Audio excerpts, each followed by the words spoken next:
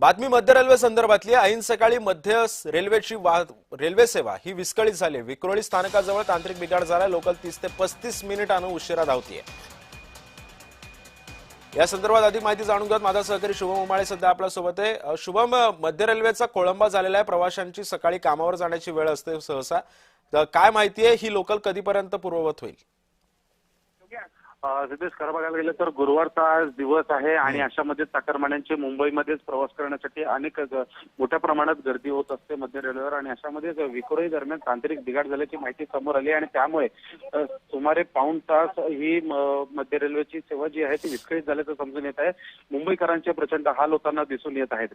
नेमकी काय तांत्रिक बिघाड झालेला आहे, कधीपर्यंत याचा सुधार होईल याची कोणतीही माहिती अद्याप मिळाली नसून सध्या मात्र नागरिकांचे मोठ्या प्रमाणात हाल होत आहेत। मध्य रेल्वेवर जे आहेत नागरिकांचे हाल होताना दिसून येत आहेत।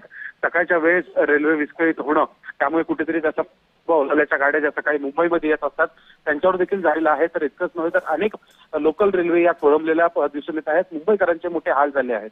नक्कीच, धन्यवाद शुभम, तू दिलेल्या सविस्तर माहितीबद्दल।